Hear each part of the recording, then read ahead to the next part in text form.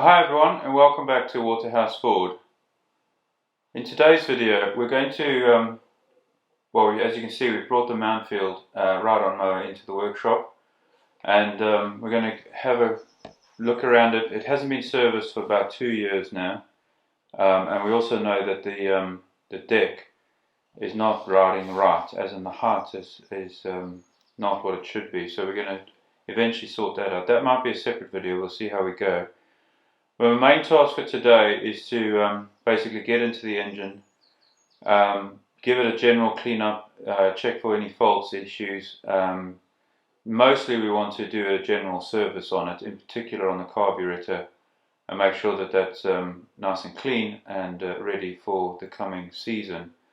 It's currently the end of March, and the grass is growing wildly, and certainly for the next 6 to 7 months, we're going to need to use this thing pretty much on a weekly basis. So before we get into that, or before we get to that, we want to give it a good service. Oscar's here today with me, he's going to help, and we'll hopefully get stuck into this thing. We'll probably do an oil change, and but the main thing really is to take a look at that carburetor, because it doesn't seem to be the mower doesn't seem to be running 100%. So we want to get into that. Also, but as I say, in the next video probably we'll then run through the deck. We'll probably drop it off the mower, just check it over, make sure all the bearings are all okay, make sure everything's nice and clean, possibly sharpen up the blades and re-grease the bearings, etc. Then we'll put it back on and run through the proper sequence for setting the height according to the service manual. Anyway, come along, and hope you enjoy. Let's get stuck into the engine.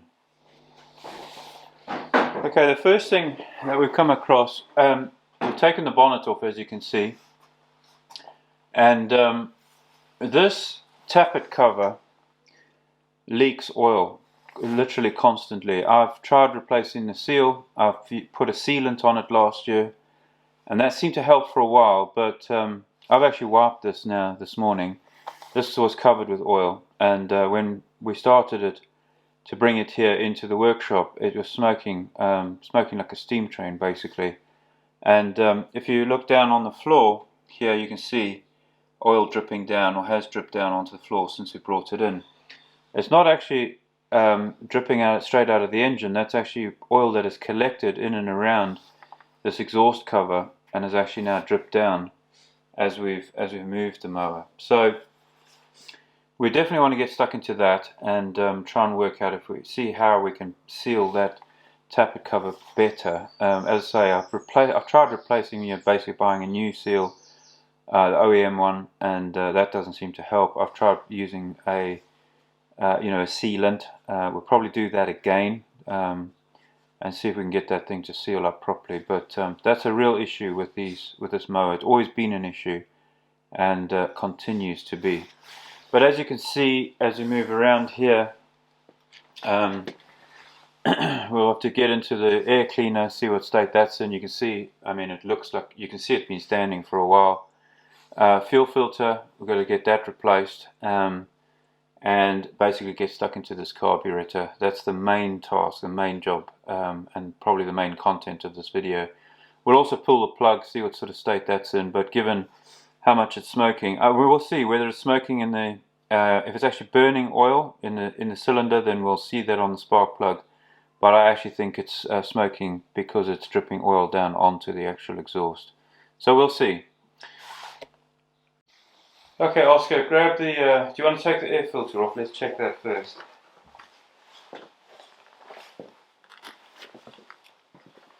That's a clip for the bonnet. Can you put that back where it belongs so you don't lose it? Okay, so the pre-filter's got quite a bit of grass on it. If you take that off, take the pre-filter off. So come away from the carb so you're not getting dirt on it.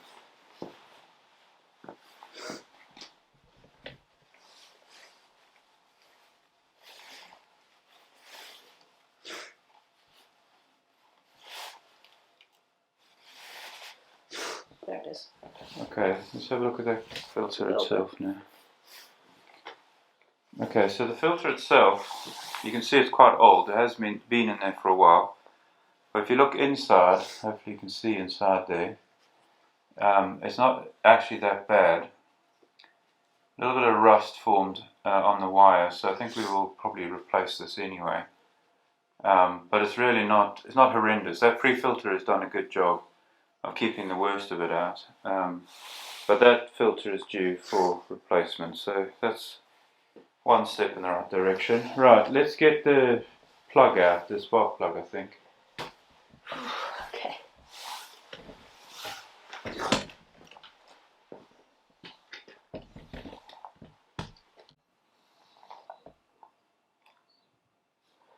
Alright, what do you see? Bit of carbon, but it doesn't look anything too bad. Yeah, you can see it's burning. There's a little bit of white on the tip here, which is good. That's what you're looking for. But it is definitely burning a bit of oil. You see the black on the back here. Well, that's not great.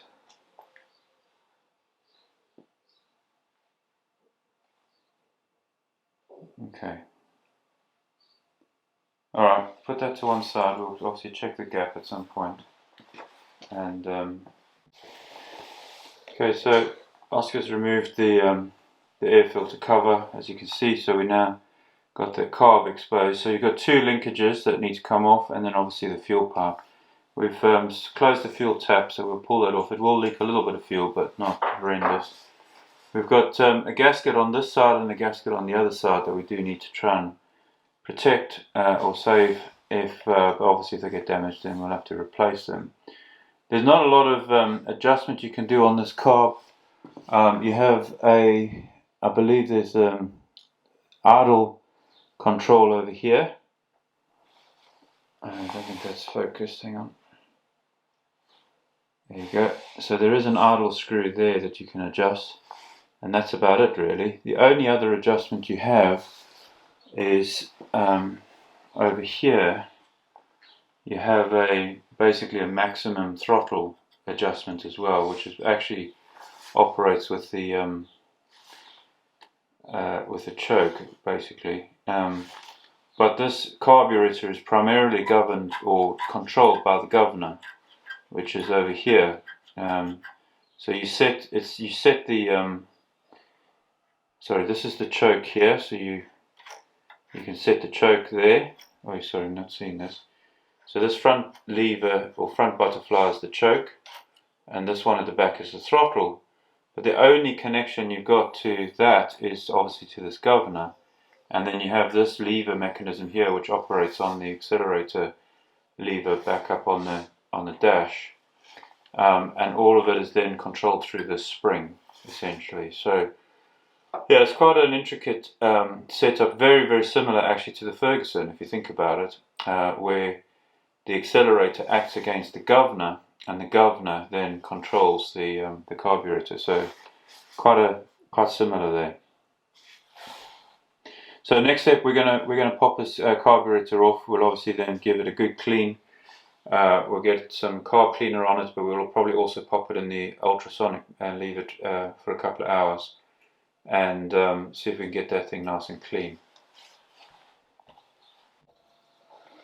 Okay, we've just pulled the carburetor off and we've taken the bowl off. You can see a very small amount of rust in the bottom of the bowl there, so it looks like we've got a very, very small amount of water in the fuel. That's mostly just from condensation from the winter, from standing over the winter. We did try to empty the carb when we parked the mower, but inevitably still get a little bit. We've got, as per usual, you've got a float, and then you've got the needle sitting inside there. We're going to pull that out. There's a jet inside here. We're going to pull that out, and then we're going to pop this in the ultrasonic. Or we might just tidy up the outside. We don't want to get all this outside dirt inside, if you see what I mean. So we'll clean that up as best we can first, and then we'll pop it in the ultrasonic and let it run in there for a bit. So we'll do all that, and then we'll move on to other bits. Okay, so we, as you can see, we removed this tappet cover. Quite a bit of oil still in there. You can see remnants of the sealant here. And if you see a little bit there, there's also a bunch on the still on the gasket, etc. But this corner here looks a little bit suspect. You can see that maybe didn't seal properly. But look down on, we've also removed the shroud over the exhaust, and you can see a little bit of oil on there. That'll just burn off. But look at all this oil sitting in here. Now, how much of that went in there or got there because of, when we removed the tappet cover, not entirely sure. Possible, because you would have expected that to have burnt off with it running, but then we haven't really run it very much. So my suspicion is that this thing's been sort of leaking over the weekend, over the winter. I've checked the oil, we're at about half, so at least half of the oil has leaked out, essentially over the winter, which is not great. Looking down the bottom here underneath, I can't see any other place that this oil would be coming from, anything obvious. I'm going to take a closer look. I'm maybe a little bit concerned about a leak at the head gasket, because that is an inordinate amount of oil, and you can see it's been going on for years, right? Look at all the oil caked on at the back there. Now, this mower has always leaked since day one. This is we've always had this problem. And I thought last year that I'd managed to crack it by putting the sealant on here, but it doesn't seem to. Well, now that it's stood over the winter, it seems to have started up again. So definitely a different plan required. It's a cork gasket that goes on this tappet cover, which they are renowned for being problematic. Yeah, just pass me that so you can see. There's the cover, and you can see the cork. I think you can see the cork in there. The camera will focus. But anyway, that's the cover. It goes this way. You can see it's got the arrow for up, etc., etc. But yeah. Anyway, so we're going to keep digging and see if we can find out where this leak is. But it's quite possible that it's from this corner. But it seems to me like there's something else going on. So we're going to dig a little bit deeper. It does also. Okay, quick update. You can see that we've now resealed this tappet cover. We used a red RTV this time. I mean, essentially it's the same or very similar product, but I just tried a different one. Also made sure that we've got sealant on both sides of the gasket. I may not have done that last time. I may only have put it on the mating surface, not on the cover side of the gasket. But anyway, that's all. Just, I mean, we didn't film it. We're just trying to crack on here. But we had this cover off, and also the one on the other side, just so that we could see the whole of the head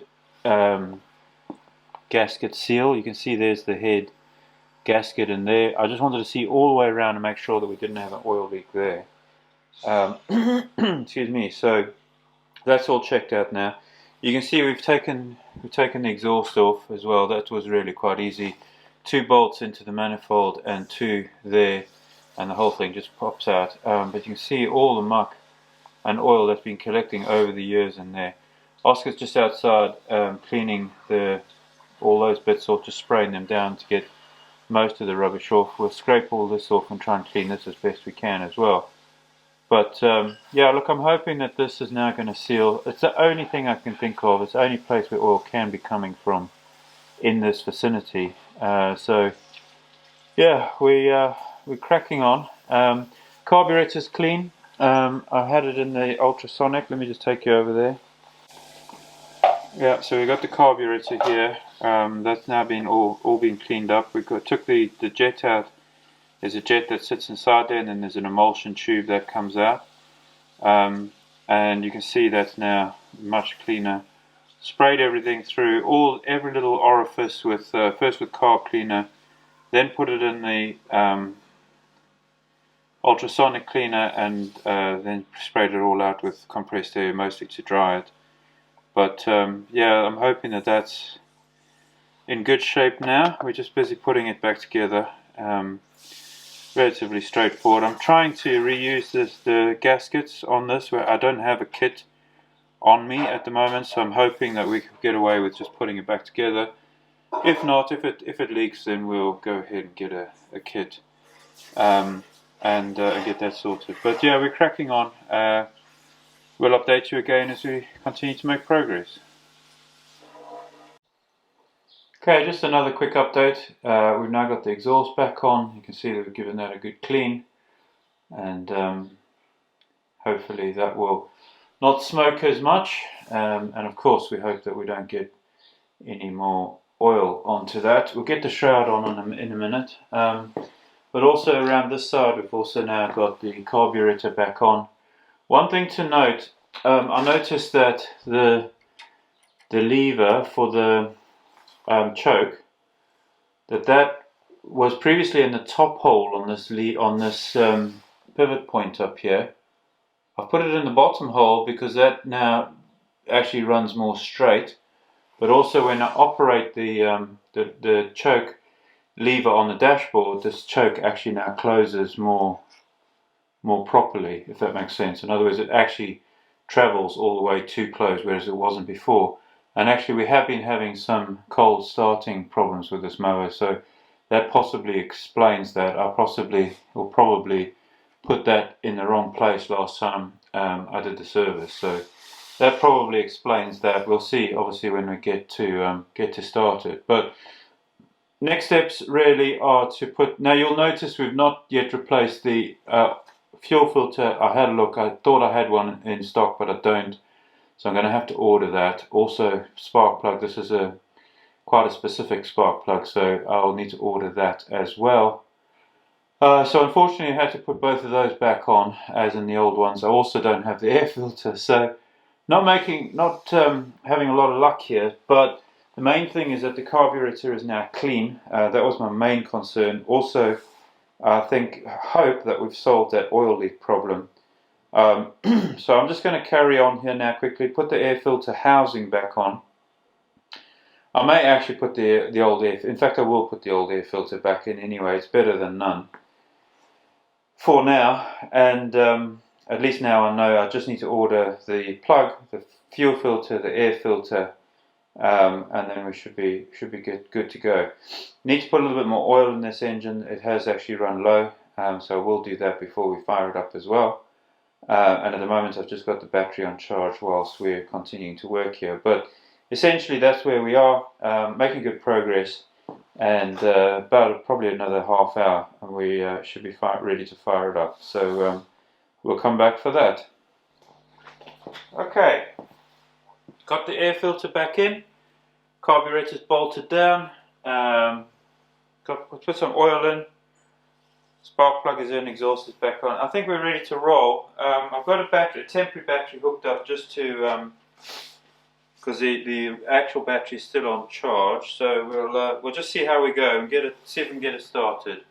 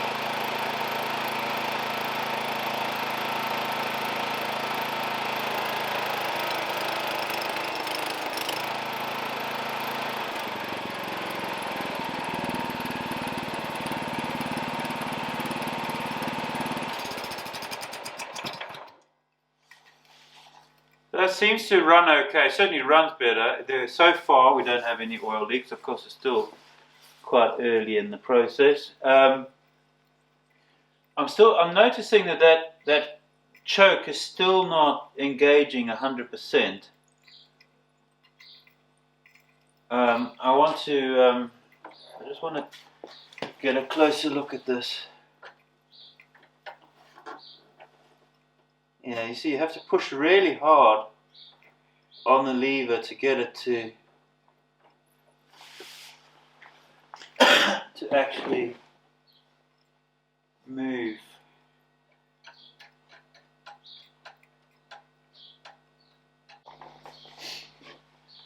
Yeah, so that would be the only thing that I would observe at the moment. Obviously, I'm going to have another look at that. I'm wondering if I pull the cable back.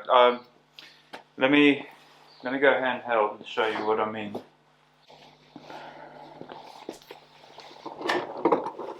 So this is the cable coming in from the dash. This lever here operates the choke back on this pivot point over here. Sorry, autofocus is not great on this thing, sorry. But now watch when I move the lever, so we're at full throttle there. See how much gap we've still got here before the choke is even going to begin to engage. As I move into choke, that's maximum choke. Now if I wiggle it, I can get that to, I thought I could. You see, that's where it should be. If you look at the gap there, that's where it should be. That's full choke. It's not quite engaging the full choke. I'm wondering if I need to pull this cable back a couple of millimeters, if that will help. I'm going to try that and see. I'll come back. I'll let you know what we found. Okay, I've moved that cable back. That seems to allow the choke to engage further, but now my worry is whether it's actually going to idle, as in whether it's going to allow at the opposite end of the travel, whether it's going to allow it to come all the way down to idle. So let's get it started and then we'll see what the situation is. I'm going to try start it without choke to start with.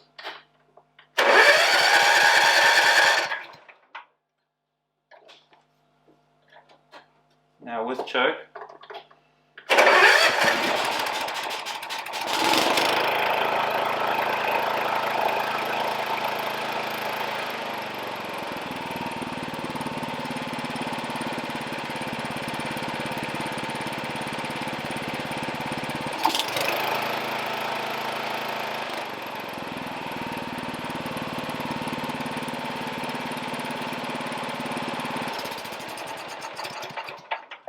Well, that actually seems fine. Obviously got a lot more travel on the back end of that cable than I expected, but let's just try that again. I'll try this choke.